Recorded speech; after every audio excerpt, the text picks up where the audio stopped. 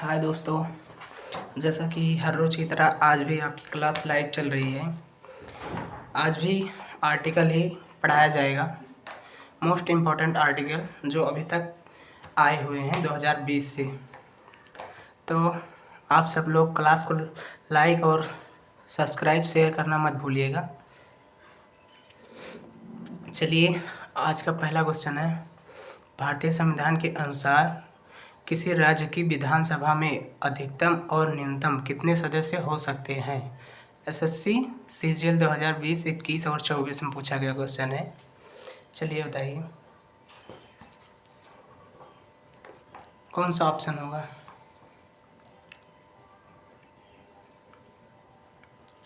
C option होगा इसका right answer. संविधान में लिखा गया है, भारतीय संविधान के अनुसार किसी राज्य की विधानसभाओं में 500 से अधिक और 60 से कम सदस्य नहीं हो सकते। हालांकि मणिपुर में और गोवा इसके अपवाद हैं, जो उसमें 500 से अधिक और 60 से कम सदस्य हैं। चलिए, आज का दूसरा क्वेश्चन,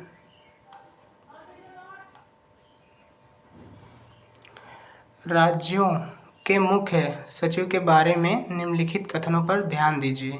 चलिए बताइए, राज्य के मुख्य सचिव के बारे में निम्नलिखित कथनों पर ध्यान दीजिए। एसएससी सीएसएल 2023-24 में पूछा गया है।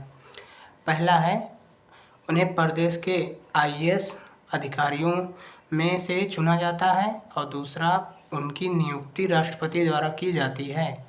तो इसके नीचे दिया है, इनमें कौन सा या कौन से कथन सत्य हैं। चलो बताओ, कौन सा या कौन से कथन सत्य हैं। इसका नीचे भी है ऑप्शन, हो सकता हो आप लोग को ना दिख रहा हो, अब दिख रहा होगा तो देख लो, और ऊपर का भी ऑप्शन देख लो। इसका राइट आंसर होगा ए ऑप्शन, केवल 1। उन्हें प्रदेश के आईएएस अधिकारियों से चुना जाता है। और इसके बारे में थोड़ा और जान लीजिए। किसी राज्य के मुख्य सचिव को प्रदेश के आईएएस अधिकारियों में से चुना जाता है। उनकी नियुक्ति राज्यपाल की मोहर के बाद की जाती है, और उनकी नियुक्ति जो है वो राज्यपाल के मोहर के बाद की जाती है। क्वेश्चन नंबर 3, निम्नलिखित में कौन केंद्र सरकार की अध्यक्षता करता है? एसएससी एमटीएस 2021, 22, 23, 24 में पूछा गया है। चलिए बताइए, 4 ऑप्शन हैं, आप अपना राइट आंसर बताइए कौन सा ऑप्शन सही होगा। क्वेश्चन नंबर 3 का राइट आंसर बताइए। इसका राइट आंसर होगा ए, प्रधानमंत्री। और इसके बारे में थोड़ा जान लेते हैं नोट करके। इसके बारे में जो बता रहे हैं वैसे उसको नोट कर लीजिएगा। केंद्र सरकार का अध्यक्ष भारत का प्रधानमंत्री होता है। जो केंद्र सरकार है उसका अध्यक्ष भारत का प्रधानमंत्री होता है। और क्वेश्चन नंबर 4, कार्यालय से त्यागपत्र देने वाले भारत के पहले प्रधानमंत्री कौन थे? एसएससी सीजीएल 2023-24 में पूछा गया है, कार्यालय से त्यागपत्र देने वाले भारत के पहले प्रधानमंत्री कौन थे? चलिए बताइए, अटल बिहारी वाजपेयी, मोरारजी देसाई, राजीव गांधी, विश्वनाथ प्रताप सिंह, कौन थे? अपना आंसर बताइए।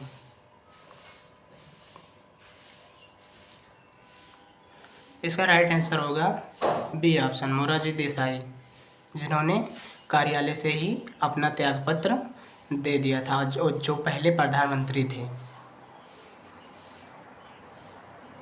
क्वेश्चन 5, निम्नलिखित में क्या भारत के संविधान में सरदार स्वर्ण सिंह समिति की सिफारिश के बाद जोड़े गए थे? एसएससी सीजीएल 21, 22, 23, 24 में पूछा गया है, क्या जोड़ा गया था? सरदार स्वर्ण सिंह समिति के सिफारिश के बाद संविधान में क्या जोड़ा गया था? चलिए बताइए। नीति निर्देशक सिद्धांत, या मौलिक अधिकार, या मौलिक कर्तव्य, या 12वीं अनुसूची? चलिए बताइए। क्वेश्चन नंबर 5, 5वां सी ऑप्शन राइट आंसर होगा, मौलिक कर्तव्य। चलिए इसके बारे में भी थोड़ा जान लेते हैं। मौलिक कर्तव्य भारतीय संविधान के अनुच्छेद 51 में है। ठीक है, ये सरदार स्वर्ण सिंह समिति की सिफारिश के बाद जोड़ा गया था। इन्हें मानने के लिए किसी नागरिक को बाध्य नहीं किया जा सकता है। ये मतलब ये जो है मौलिक कर्तव्य, ये 42वें संविधान संशोधन के बाद जोड़ा गया था। ठीक, चलिए आगे बढ़ते हैं क्वेश्चन नंबर 6 पे। लोक लेखा समिति का अध्यक्ष किसके द्वारा मनोनीत किया जाता है? एसएससी सीजीएल 2022 23-24 में पूछा गया है। राष्ट्रपति, उपराष्ट्रपति, प्रधानमंत्री, लोकसभा अध्यक्ष किसके द्वारा मनोनीत किया जाता है? चलिए बताइए, अपना अपना आंसर कमेंट करिए।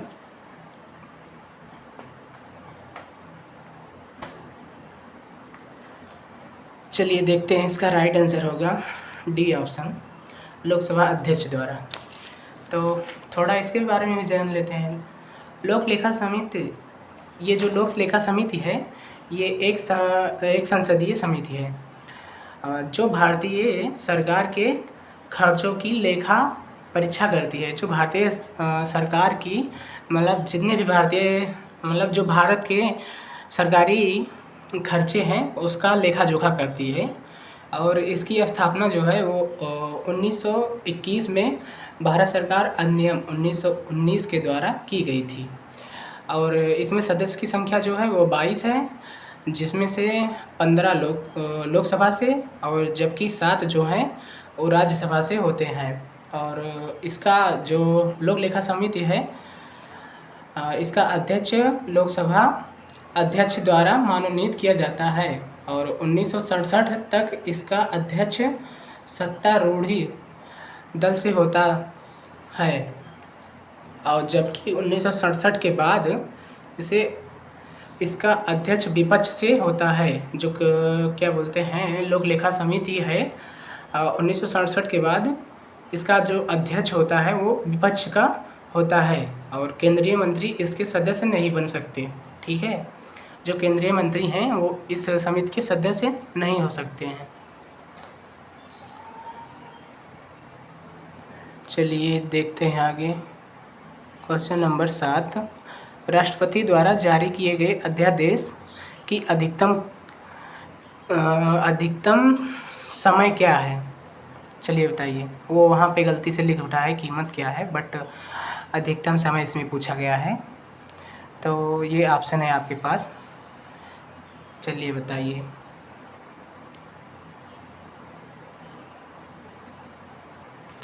इसका राइट आंसर होगा बी ऑप्शन, 7.5 माह।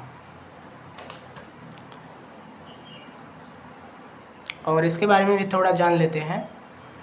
भारतीय संविधान के अनुच्छेद 123 के अनुसार राष्ट्रपति जो है वो अपना अध्यादेश जारी कर सकता नहीं है, जारी करता है।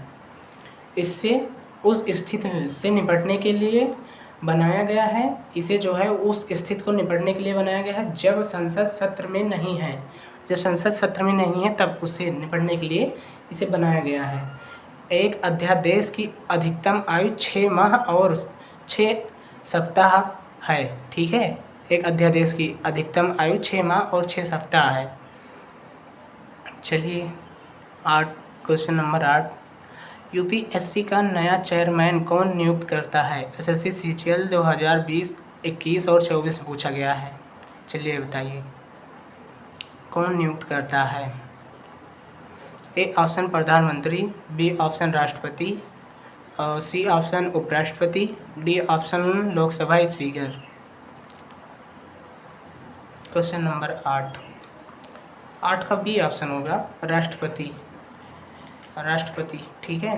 और यूपीएससी संवैधानिक निकाय है। ये जो यूपीएससी संस्था है वो संवैधानिक संस्था है जो आईएएस, आईएफएस और आईपीएस अधिकारियों को चुनने के लिए प्रतिष्ठित सिविल सेवा परीक्षा आयोजित करता है। ठीक है, और यह संविधान के अनुच्छेद 315 के तहत स्थापित किया गया है। और इसमें एक अध्यक्ष और 10 सदस्य शामिल हैं। जिनमें राष्ट्रपति द्वारा नियुक्त और हटाया जा सकता है, और जो ये सदस्य हैं उनको राष्ट्रपति द्वारा नियुक्त भी किया जा सकता है और हटाया भी जा सकता है, इसमें जो सदस्य हैं। चलिए क्वेश्चन नंबर 9 देखते हैं। उपराष्ट्रपति को जिस चुनावी कॉलेज द्वारा निर्वाचित किया जाता है जिसमें डेढ़ के वोट शामिल होते हैं। चलिए बताइए, यूपीएससी 2020, 21 और 24 में पूछा गया है। ऑप्शन भी देख लो। ए ऑप्शन केवल संसद के सदस्य, बी ऑप्शन संसद के सदस्य और विधानसभा के सदस्य, सी ऑप्शन संसद, विधानसभा और विधान परिषद के सदस्य, डी ऑप्शन केवल राज्यसभा के सदस्य। चलिए बताइए क्वेश्चन नंबर 9 का कौन सा ऑप्शन आपका सही है। चलिए बताइए आप कौन सा ऑप्शन लगाते हैं उसको देखो। इसका ए ऑप्शन होगा, केवल संसद के सदस्य। ठीक, चलिए इसके बारे में थोड़ा जान लेते हैं। भारत के उपराष्ट्रपति और राष्ट्रपति के समान ही अनुपातिक प्रतिनिधित्व प्रणाली से चुना जाता है।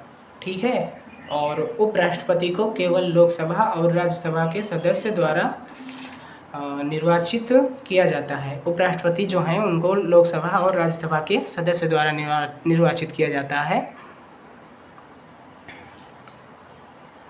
इनका चुनाव प्रत्यक्ष रूप से होता है, और बाकी जो प्रधानमंत्री हैं उनका चुनाव अप्रत्यक्ष रूप से होता है, वो जनता द्वारा होता है। चलिए क्वेश्चन नंबर 10, अनुच्छेद 352 के बारे में निम्नलिखित में से कौन सा कथन सही नहीं है। यूपीएससी 2021, 22 और 24 में पूछा गया क्वेश्चन है। कौन सा कथन इसमें से सही नहीं है, चलिए बताइए। इसका राइट आंसर होगा सी ऑप्शन, जो है वो सही नहीं है। सी ऑप्शन क्या है, यदि सशस्त्र विद्रोह के आधार पर राष्ट्रीय आपातकाल घोषित किया जाता है तो यह स्वचालित रूप से जम्मू कश्मीर तक फैलता है। यह ऑप्शन गलत है। चलिए देखते हैं क्वेश्चन नंबर 11, मौलिक अधिकारों के संरक्षण के लिए रिटायर चिकित्सक मेंदर की जा सकती है। मौलिक अधिकारों के संरक्षण के लिए रिटायर चिकित्सक किस में दायर की जा सकती है। चलिए बताइए, इसका ऑप्शन नीचे है। ये उच्चतम न्यायालय, दूसरा उच्च न्यायालय, तीसरा जिला न्यायालय, चौथा सत्र न्यायालय। चलिए बताइए।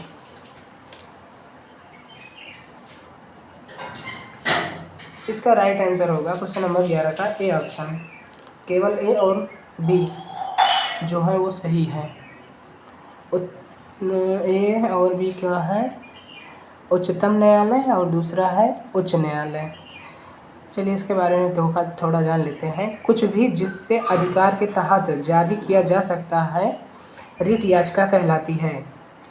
कुछ भी जिसे उसके तहत जारी किया जाता है उसे रिट याचिका कहलाते हैं। और रिट के प्रकार, रिट को जानते हैं कितने प्रकार के होते हैं। रिट जो है वो 5 प्रकार की होती है। नंबर 1 होता है बंदी प्रत्यक्षीकरण, दूसरा जो होता है वो परमादेश, और तीसरा जो होता है उत्प्रेषण, चौथा जो होता है निषेधज्ञ, और पांचवा जो होता है अधिकार परीक्षा। भारत में रिट न्यायिक क्षेत्र का अधिकार उच्चतम न्यायालय और उच्च न्यायालय पर है। ठीक है, चलिए क्वेश्चन नंबर 12 देखते हैं। भारत के लोकसभा और राज्यसभा में क्रमशः कितने सदस्य मनोनीत किए जा सकते हैं। ये एनडीए 2021, 22, 23, 24 में पूछा गया है। चलिए बताइए। ए ऑप्शन 2 और 12, और बी ऑप्शन 12 और 2, सी ऑप्शन 2 और 2, डी ऑप्शन 12 और 2, नहीं सॉरी 12। तो इसमें से कौन सा ऑप्शन सही होगा। क्वेश्चन नंबर 12 का राइट आंसर होगा ए ऑप्शन, 2 और 12। इसमें इसके बारे में थोड़ा जानकारी और ले लेते हैं।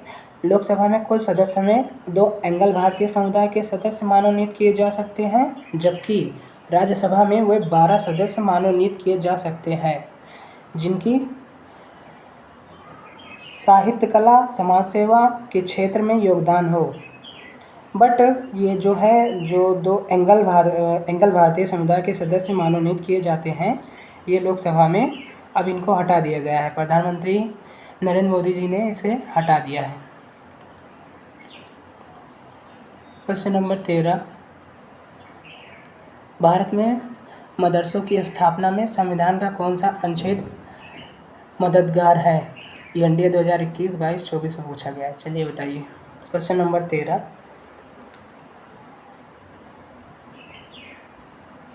का राइट आंसर होगा सी, अनुच्छेद 30। अनुच्छेद 30 जो भारतीय संविधान के अनुच्छेद 30 के अनुसार अल्पसंख्यकों को उनके धार्मिक शिक्षा संस्थानों की स्थापना और संचालन का अधिकार देते हैं। चलिए देखते हैं क्वेश्चन नंबर 14, राष्ट्रपति द्वारा जारी किए गए अध्यादेश की अधिकतम कीमत क्या है? चलिए बताइए। सॉरी, ये तो फिर से रिवीजन हो गया। अधिकतम कीमत नहीं, यहाँ अधिकतम समय है, तो इसका वही अभी बताया ही थे, बी ऑप्शन। चलिए देखते हैं अगला क्वेश्चन। यूपीएससी की संरचना कौन निर्धारित करता है? ये भी पूछा गया है, मतलब ये दोबारा हो गया है। जो वो अगली बार सीजीएल में पूछा गया था, ये एनडीए में पूछा गया है 2021, 22, 23 में।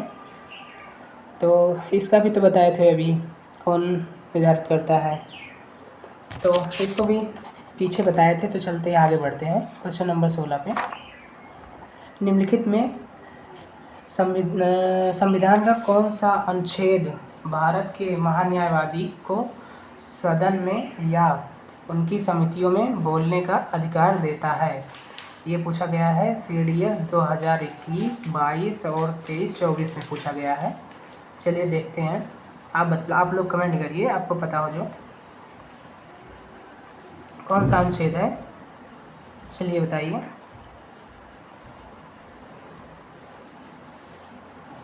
क्वेश्चन नंबर 16 का राइट आंसर होगा बी ऑप्शन, अनुच्छेद 76। तो अनुच्छेद 76 कहता है, संविधान के अनुच्छेद 76 के अनुसार भारत का महान्यायवादी ना तो सदन और ना ही मंत्रिमंडल का सदस्य होता है, लेकिन वह संसद के सदनों या उनकी समितियों में बोल सकता है, लेकिन मत नहीं डाल सकता। जो है वो बोल तो सकता है, लेकिन मत नहीं डाल सकता। क्वेश्चन नंबर 17, चलिए देखते हैं आगे क्या है। प्रांतीय स्वायत्तता का परिचय निम्न में से किस अधिनियम से संबंधित है? एसएससी सीजीएल 2021, 22, 23, 24 में पूछा गया है। ऑप्शन नीचे है, देख लीजिए किस अनुच्छेद से है। क्वेश्चन नंबर 17, चलिए बताइए। आप लोग कमेंट करिए, लाइक भी कर दीजिए क्लास को। लाइक और शेयर मत करना मत भूलिए, और चैनल को सब्सक्राइब तो ज़रूर कर दीजिएगा, ताकि आपके पास बेल नोटिफिकेशन पहुंच जाए। जैसे ही आपकी क्लास यूट्यूब पर अपलोड हो या लाइव आए तो तुरंत आपके पास पहुंच जाए। चलिए देखते हैं, इसका डी ऑप्शन होगा राइट आंसर, भारत सरकार अधिनियम 1935 के अनुसार। क्वेश्चन नंबर 18, धन विधेयक के बारे में कौन सा कथन गलत है? एसएससी एमटीएस 2020, 22, 24 में पूछा गया है। चलिए बताइए कौन सा कथन गलत है।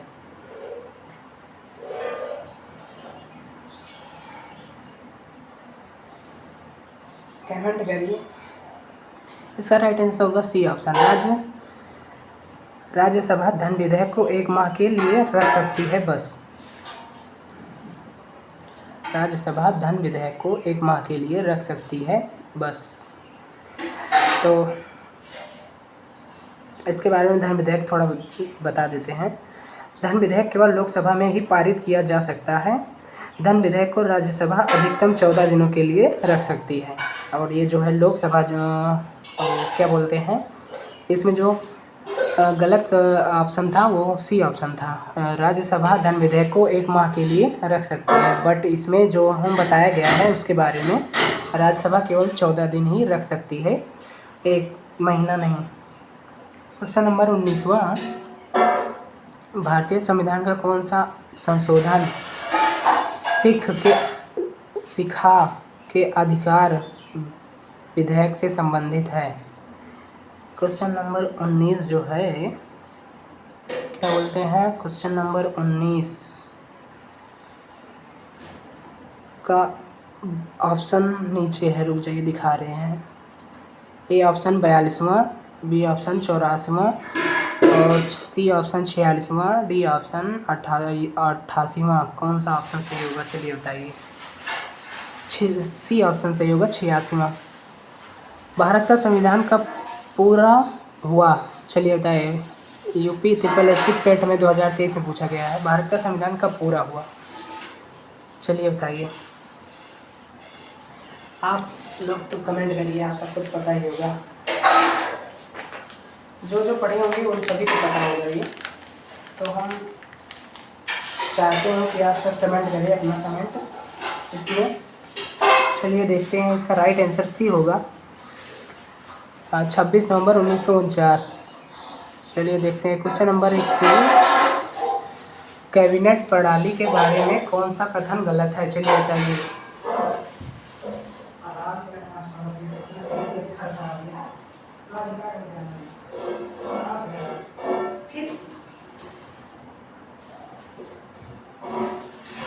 तो चलिए बताइए कौन सा ऑप्शन सही होगा। ऑप्शन नीचे का नहीं दिख रहा है, रुक जाइए 1 मिनट, अब देख लीजिए। क्वेश्चन नंबर 21 का डी ऑप्शन सही होगा, हमारे संविधान द्वारा आंतरिक कैबिनेट निर्धारित किया गया है। चलिए क्वेश्चन नंबर 22 देखते हैं। चलिए, निम्नलिखित अनुच्छेदों में से कौन सा आपातकाल के दौरान अनुच्छेद 19 के प्रावधानों के निलंबन से संबंधित है, चलिए बताइए कौन सा अनुच्छेद। ALP में पूछा गया है 2024, जो इस बार आपकी LP का हुआ था रेलवे, उसमें पूछा गया है। क्वेश्चन नंबर 22, चलिए बताइए। 22 का होगा A option, 22 July 1947।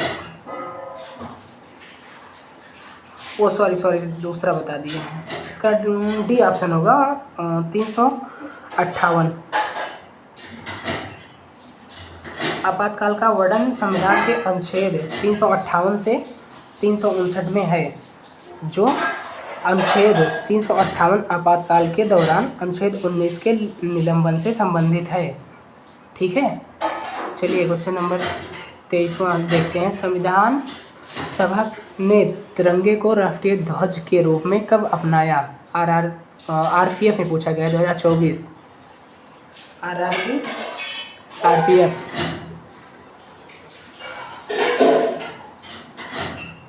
Railway protection force, इसका वो होता है फुल फॉर्म।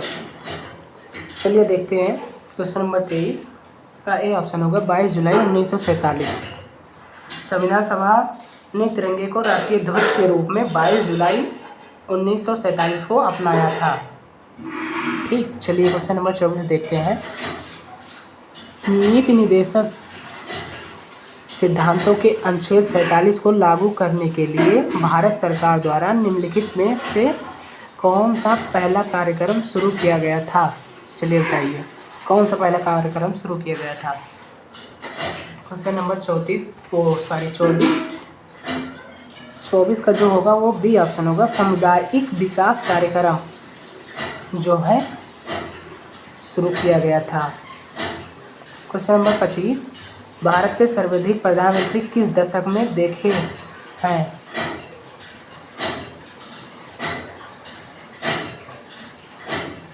चलिए बताइए। ऐसा कौन सा वर्ष था जिसमें प्रधानमंत्री सर्वाधिक बार बने थे,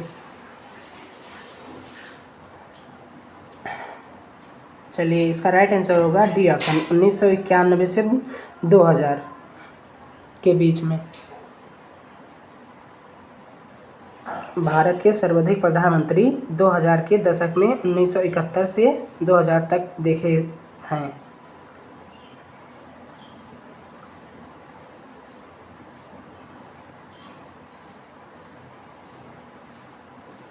क्वेश्चन नंबर 26, निम्नलिखित में किस अधिनियम के बाद में आंचलिक परिषदों की स्थापना हुई,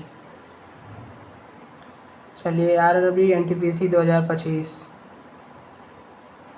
अभी अभी जो पेपर हो रहे हैं उसका क्वेश्चन है वो। चलिए देखते हैं कौन सा ऑप्शन होगा। चलिए आप लोग भी बताइए, कमेंट करिए। क्वेश्चन नंबर 26, प्रादेशिक पुनर्गठन अधिनियम 1956, इसका डी ऑप्शन होगा। आंचलिक परिषदों की स्थापना प्रादेशिक पुनर्गठन अधिनियम 1956 के तहत हुई थी। क्वेश्चन नंबर 27, निम्नलिखित में अवशिष्ट शक्तियाँ किसमें निहित हैं? आरआरबी एनटीपीसी 2025 अब की बारी है। चलिए बताइए। क्वेश्चन नंबर 27 का कौन सा ऑप्शन सही होगा? आप लोग कमेंट करिए और लाइक भी करिए क्लास को और शेयर भी करिए। इसका राइट आंसर होगा डी ऑप्शन, संसद। तो वे विषय जो केंद्र सरकार और समवर्ती सूची में नहीं होते हैं अवशिष्ट सूची के विषय कहलाते हैं। ठीक है, चलिए देखते हैं क्वेश्चन नंबर 28, हिंदी निम्नलिखित में किस श्रेणी में आती है? ये भी पूछा गया है आरआरबी एनटीपीसी 2025 में। ऑप्शन नीचे है, देखिए बताइए, आंसर दीजिए। इसका राइट आंसर होगा डी, भारत की आधिकारिक भाषा। हिंदी भारत की आधिकारिक भाषा है, ये भी जान लीजिए। भारत की आधिकारिक भाषा अगर कहीं भी पूछे तो बता दीजिएगा हिंदी।